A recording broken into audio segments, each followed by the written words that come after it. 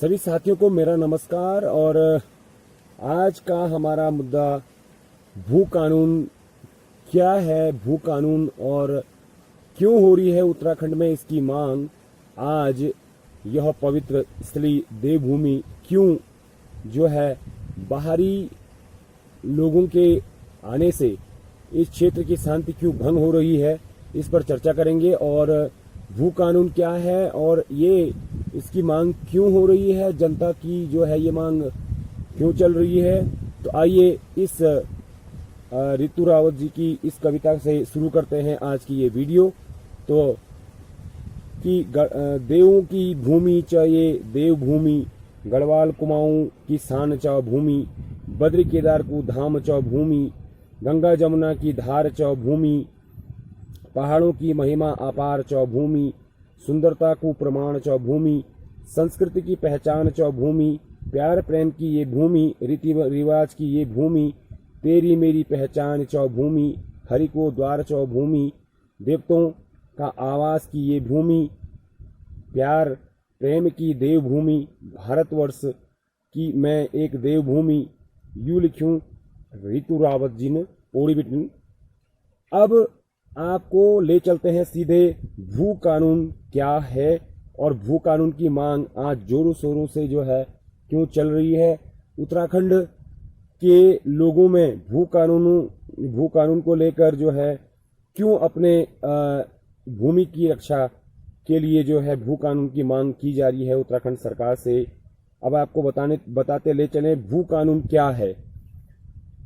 भू कानून उत्तराखंड भारत में लोगों के पास कहीं पर भी आजादी से रहने और घूमने का अधिकार है। इसमें कहीं पर कोई रोक टोक भी नहीं है। लेकिन क्या हो अगर इस अधिकार के तर्ज पर किसी विशेष स्थान के लोग अपनी संस्कृति, परंपरा, लोक भाषा, जलवायु आदि पर खतरा महसूस करने लगे। दरअसल आजकल अधिकतर रूप में जो है उत्तराखंड राज्य में भू कानून की मांग बहुत जोरों से चल रही है और इसका आभास सभी जो है सोशल मीडिया के माध्यम से जो है आप देख सकते हैं कि भू कानून की मांग जोरों शोरों पर है। भू कानून क्या है इसके बारे में हम जानेंगे कि उत्तराखंड के जो युवा हैं, जो आजकल जो युवा पीढ़ी है, वो हिमाचल प्रदेश की तरह अपने राज्य में भी भू कानून लागू करने की मांग कर रहे हैं। हिमालयी राज्य हिमाचल प्रदेश में राज्य का अपना भू कानून है। इसी की तर्ज पर उत्तराखंड राज्य वासियों की मांग है कि उनके राज्य में भी इसी तरह का कानून हो। देखिए हिमाचल प्रदेश का भू कानून क्या था इसके बारे में ले चलते हैं आपको। 1972 में हिमाचल प्रदेश में एक सख्त कानून बनाया गया। इस कानून के अंतर्गत बाहरी राज्यों के लोग हिमाचल प्रदेश में जमीन नहीं खरीद सकते थे। असल में उस समय हिमाचल राज्य आज की तरह संपन्न नहीं था। यह डर था कि इस प्रदेश के लोग मजबूरी में बाहर के लोगों को अपनी जमीन ना बेचें। तब हिमाचल प्रदेश के पहले मुख्यमंत्री डॉक्टर यशवंत सिंह परमार यह कानून लेकर आए थे कि राज्य से बाहर के लोग धारा 118 के तहत हिमाचल प्रदेश में कृषि भूमि नहीं खरीद सकते। और 2007 में धूमल सरकार ने धारा 118 में संशोधन करते हुए उन बाहरी राज्य के व्यक्तियों को जमीन खरीदने की इजाजत दी जो इस राज्य में 15 साल से रह रहे हैं। लेकिन बाद में अगली सरकार ने इस सीमा को बढ़ाकर 30 साल कर दिया। यानी हिमाचल प्रदेश में बाहरी राज्यों से आया कोई भी व्यक्ति जमीन नहीं ले सकता है। इसी तर्ज पर उत्तराखंड में भी भू कानून की मांग उठ रही है। आइए जानते हैं क्या है उत्तराखंड के लिए भू कानून। सोशल मीडिया में ट्रेंड देखते हुए यह अंदाजा लगाया जा सकता है कि उत्तराखंड राज्य के लोग भी भू कानून चाहते हैं। तरह तरह के सोशल मीडिया ग्रुप्स बने हुए हैं और उस मीडिया ग्रुप्स के आधार पर ये जाना जा सकता है कि प्रत्येक युवा यह चाहता है कि हमारे राज्य में यानी कि उत्तराखंड में भी जो है भू कानून लागू हो। ऐसा नहीं है कि भू कानून की मांग पहली बार हो रही है। दरअसल उत्तराखंड राज्य में भी भू कानून बना था।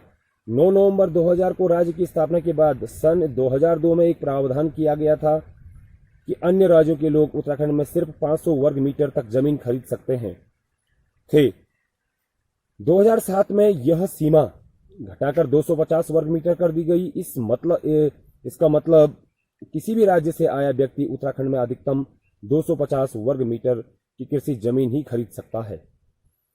6 अक्टूबर 2018 को उत्तराखंड सरकार एक नया अध्यादेश लेकर आई।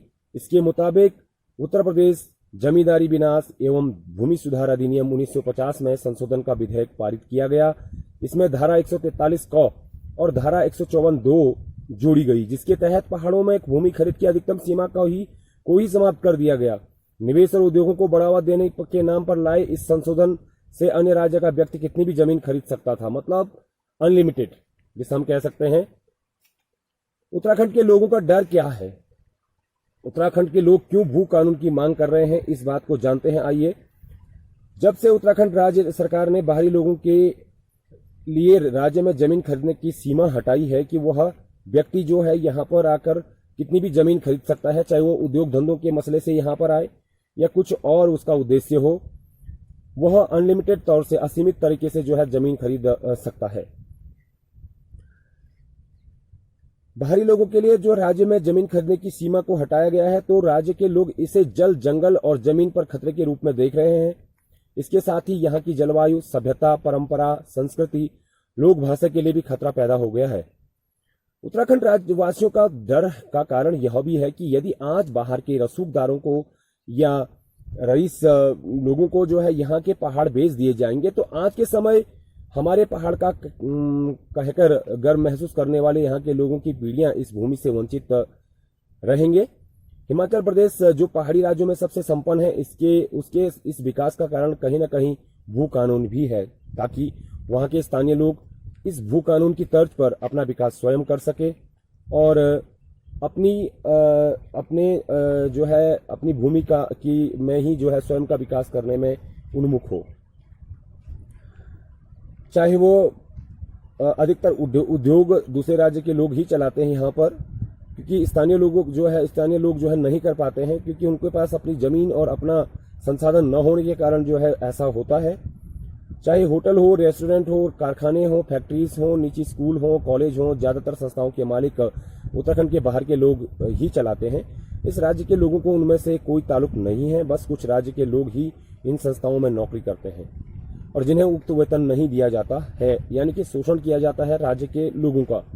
इसलिए जो भू कानून की आवश्यकता इसलिए भी है, अगर उत्तराखंड का भू कानून बन जाता है तो बाहर के लोग इस राज्य में जमीन नहीं खरीद सकते, जिससे यहाँ का सारा उद्योग क्षेत्र राज्य के लोगों के हाथों में आ जाएगा। जाहिर है कि अगर किसी संस्थान का मालिक राज्य का होगा तो वह वर्कर भी इस राज्य के ही रखेगा, जिससे राज्य में रोजगार के अवसर भी बढ़ेंगे। आइए ले चलते हैं आपको आगे अगले टॉपिक्स पर कि देखो भू कानून जो है क्यों आवश्यक हो गया है। भू कानून के लिए जो है हमें किस तरीके से जो है उत्तराखंड के जो लोग हैं वो क्यों इसकी मांग कर रहे हैं।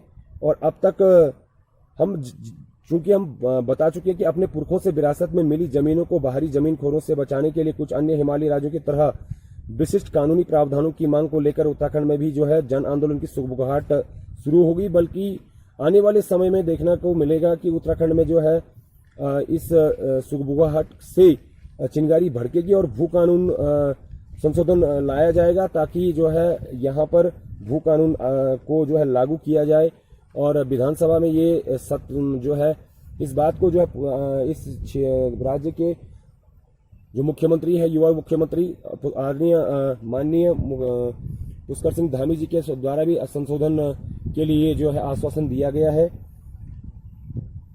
हम बात कर चुके हैं कि अपने पुरखों से विरासत में मिली जमीनों को बाहरी जमीनखोरों से बचाने के लिए कुछ अन्य हिमालयी राज्यों की तरह विशिष्ट कानून का प्रावधान उत्तराखंड में भी जन आंदोलन का रूप ले चुका है। दरअसल पहाड़वासियों को आशंका है कि राज्य में देश के पहले भूमि सुधार कानून उत्तर प्रदेश उत्तराखंड जमींदारी विनाश एवं भूमि व्यवस्था अधिनियम में कई छेद कर मूल निवासियों को जमीनों पर नई तरह की जमींदारी विकसित हो रही है, जिससे स्थानीय जनता को नुकसान उठाना पड़ेगा। विस्तार अपने पुरखों अब बात करते हैं कि इस बात की जो है विस्तार से अगर हम चर्चा करेंगे, डिस्कशन करते हैं। और आप अपने पुरखों से विरासत में मिली जमीन को बाहरी जमीनखोरों से बचाने के लिए जहाँ की बात करें हम कि जब यहाँ पर जो है बहुत बड़ा मतलब जो है बहुत बड़ी मतलब जो है यहाँ पे जो है वन संपदा और संसाधन, कृषि योग्य भूमि और तमाम यहाँ पे प्राकृतिक स्रोतों का होना जो आज क्या हो रहा है पर्यावरण के लिए भी जो है बहुत ही नुकसानदायक है और मानव समाज के लिए और मानव समुदाय के लिए भी बहुत ही नुकसानदायक है, क्योंकि संस्कृति से छेड़छाड़ की जा रही है, अराजकता। और यहाँ पर कुछ अराजक तत्व जो बाहरी समाज से रिलेटेड रखते हैं, दैवत्व देव तुल्य यहाँ की जनता जो है यह नहीं चाहती है कि यहाँ पर जो है इस तरीके का माहौल बने। शांति यहाँ के लिए, यहाँ पहाड़ों में शांति ही जो है सर्वप्रिय है और यहाँ पर शांति बने रखने के लिए जो है इस भू कानून की मांग हो रही है। संस्कृति को बचाने के लिए, यहाँ के पहाड़ों का पर्यावरण को कोई नुकसान ना हो, कोई विनाश ना पहुंचाए, नुकसान ना पहुंचाए, इसके लिए जो भू कानून की मांग हो रही है। बाहरी और पहाड़ वासियों को आशंका है कि राज्य में देश के पहले भूमि सुधार कानून उत्तर प्रदेश उत्तराखंड जमींदारी विनाश एवं भूमि व्यवस्था अधिनियम में कोई क्षेत्र का जो मूल निवासियों को जमीन पर नई तरह की जमींदारी विकसित हो रही है। प्रदेश की ग्रीष्मकालीन राजधानी गैरसैंण में मैं अभी हूं। मैं स्थानीय लोगों की जमीनों पर नेताओं और यहाँ पर धनासेठों द्वारा की जा रही खरीद फरोख्त से पहाड़ वासियों की आशंका को बल मिल रहा है। स्वाधीनता आंदोलन में जमींदारी विनाश की भावना, दरअसल स्वाधीनता आंदोलन के साथ ही सवाल उठ गया था कि अंग्रेजों से देश की आजादी का अब तक कोई अर्थ नहीं रह जाएगा जब तक कि आम किसान को जमींदारों को और सामंतों से मुक्ति नहीं मिलती है। इसलिए संयुक्त प्रांत की असेंबली ने 8 अगस्त 1946 को काश्तकार और सरकार के बीच बिचौलिए जमींदार समाप्त करने का प्रस्ताव पारित करने का के साथ ही प्रांत के प्रीमियर हमारे जो इस प्रदेश के जो है एक महान विभूति थी गोविंद बल्लभ पंत की अध्यक्षता में एक 15 सदस्यीय जमींदारी उन्मूलन कमेटी का गठन कर दिया था, जिससे तत्कालीन राजस्व मंत्री हुक्म सिंह और पंत जी ने के साथ संसदीय सचिव चौधरी चरण सिंह भी शामिल थे। कमेटी की रिपोर्ट जो है स्वयं चौधरी चरण सिंह ने ड्राफ्ट की थी, लेकिन स्वाधीनता आंदोलन से उपजी यह भावना जमीनखोरों से निगल ली। उत्तराखंड राज्य के साथ धारा 371 की भी मांग की थी। 90 के दशक में चले ऐतिहासिक उत्तराखंड आंदोलन में जहां पृथक राज्य की मांग की जा रही थी, वहीं पहाड़ वासियों की जमीनें एवं उनकी सांस्कृतिक पहचान बनाए रखने के लिए उत्तर पूर्व के राज्यों की तरह संविधान के अनुच्छेद 371 के विभिन्न प्रावधानों की व्यवस्था की मांग की जा रही थी।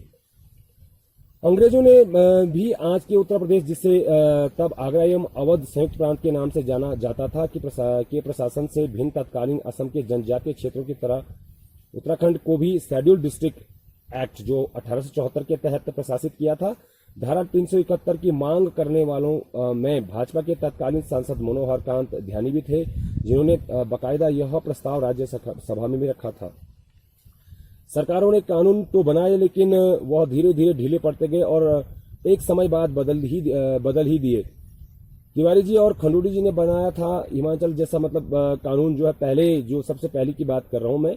हालांकि सीमाली राज्य को उत्तर पूर्व की तरह संवैधानिक दर्जा तो नहीं मिला, मगर नानदत्त तिवारी और भुवनचंद खंडूड़ी सरकारों ने हिमाचल प्रदेश के काश्तकारों एवं भूमि सुधार अधिनियम 1972 की धारा 178 की तर्ज पर उत्तराखंड उत्तर प्रदेश जमींदारी विनाश एवं भूमि व्यवस्था अधिनियम 1950 अनुकूलन एवं उपरांत आदेश 2001 संशोधन अधिनियम 2008 में जो संशोधन कर लोगों की जमीनें भूखोरों से बचाने के प्रयास किए थे, उनमें 2017 में सत्ता में आई सरकार ने कई संशोधन इस कानून के उद्देश्य को ही समाप्त कर जमीनों की लूट खसोट की खुली छूट दे दी। और आज इस अधिनियम के मूल संशोधनों में व्यवस्था थी कि जो व्यक्ति धारा 129 के तहत राज्य में जमीन का खातेदार न हो, वह 500 वर्ग मीटर तक बिना अनुमति के जमीन खरीद सकता है। साथ ही इस कानून में यह भी व्यवस्था थी कि इस सीमा से अधिक जमीन खरीदने पर राज्य सरकार के क्रेता की विशेष अनुमति लेनी होगी। इसके बाद 2007 में भुवन चंद्र खंडूड़ी सरकार ने 500 वर्ग मीटर की सीमा घटाकर 250 वर्ग मीटर कर दी। इस कानून में व्यवस्था थी कि 12 सितंबर 2003 तक जिन लोगों के पास राज्य में जमीन है वो 12 एकड़ तथा कृषि योग्य जमीन खरीद सकते हैं, लेकिन जिनके पास जमीन नहीं है वे आवासीय उद्देश्य के लिए इस तारीख के बाद 250 वर्ग मीटर से ज्यादा जमीन नहीं खरीद सकते। इस कानून को जब नैनीताल हाईकोर्ट ने असंवैधानिक घोषित किया तो राज्य सरकार सुप्रीम कोर्ट चली गई, जहां उसे वाजिब और संवैधानिक घोषित कर दिया गया। राष्ट्रीय सुरक्षा के लिए जरूरी बताया गया था। भू कानून उत्तराखंड में पहली निर्वाचित सरकार के मुख्यमंत्री नानदत्त तिवारी ने 2003 में नए भू कानून के प्रस्तावों में कहा था कि उन्हें बड़े पैमाने पर कृषि भूमि खरीद फरोख्त, अकृषि कार्यों और मुनाफाखोरी के लिए भी किए जाने की शिकायतें मिल रही थी। उनका कहना था कि प्रदेश की अंतर्राष्ट्रीय सीमाओं को देखते हुए असामाजिक तत्वों द्वारा भी कृषि भूमि के उदार क्रय विक्रय नीति का लाभ उठाया जा सकता है। अतः कृषि भूमि के उदार क्रय विक्रय को मर्यादित नियंत्रित करने को पहाड़वासियों के आर्थिक स्थायित्व तथा विकास के लिए संभावनाओं का माहौल बनाए जाने के हेतु यह कानून लाया जाना जरूरी है।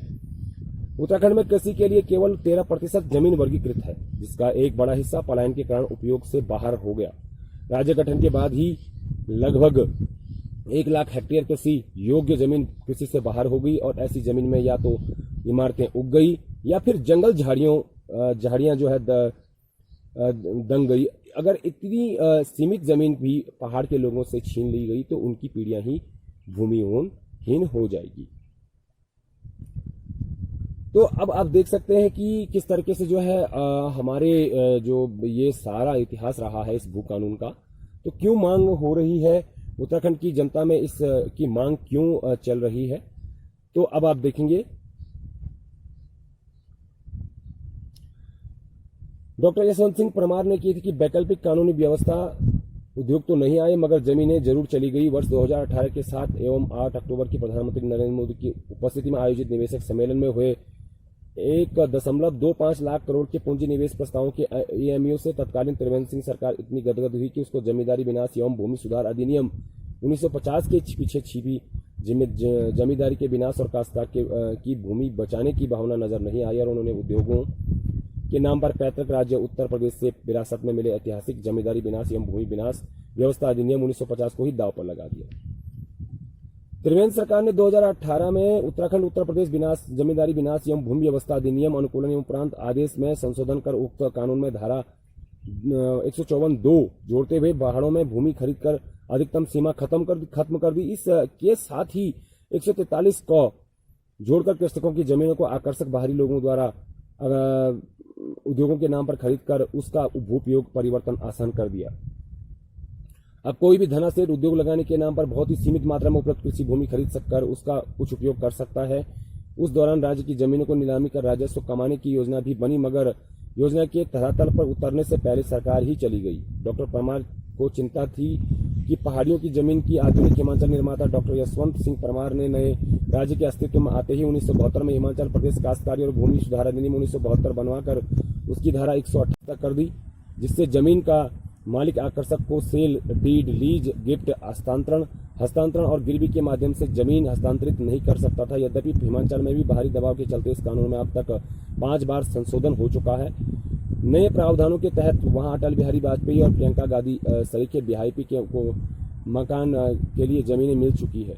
तो दोस्तों और मित्रों, साथियों, आपने देखा होगा किस तरीके से जो है उत्तराखंड में भू कानून की मांग हो रही है और आज समूचा उत्तराखंड का युवा जो है भू कानून को लागू करने के लिए जो है आगे आ रहा है। सोशल मीडिया के माध्यम से या अन्य माध्यमों से, प्रिंट मीडिया के माध्यम से, इलेक्ट्रॉनिक मीडिया के माध्यम से आप खबरें देख रहे होंगे और इस तरह की जो है आपको अच्छी आशा है मुझे कि आपको अच्छी जानकारी प्राप्त हुई होगी कि भू कानून क्या है, क्यों इसका की मांग हो रही है और ये जो है किस तरीके से जो है युवाओं को इसकी आवश्यकता है और इसके जो है अभी तक जो की फैक्टर जो इतिहास है एंशिएंट, जो अभी तक का जो पूरा ब्यौरा है ये इंटरनेट माध्यम से मैंने इसे प्राप्त किया है और कुछ जानकारियां मैंने अपने स्तर पर भी जो मतलब अन्य जो है लेखों से जो है संजोकर आपको प्रस्तुत किया है। कैसी आपको लगी यह वीडियो और अन्य जो है भू कानून से संबंधित या शैक्षिक मुद्दों से और सामाजिक मुद्दों से संबंधित अगर अन्य वीडियो अगर आप देखना चाहते हैं तो जरूर सब्सक्राइब कीजिए हमारे चैनल को और बने रहिए हमारे साथ।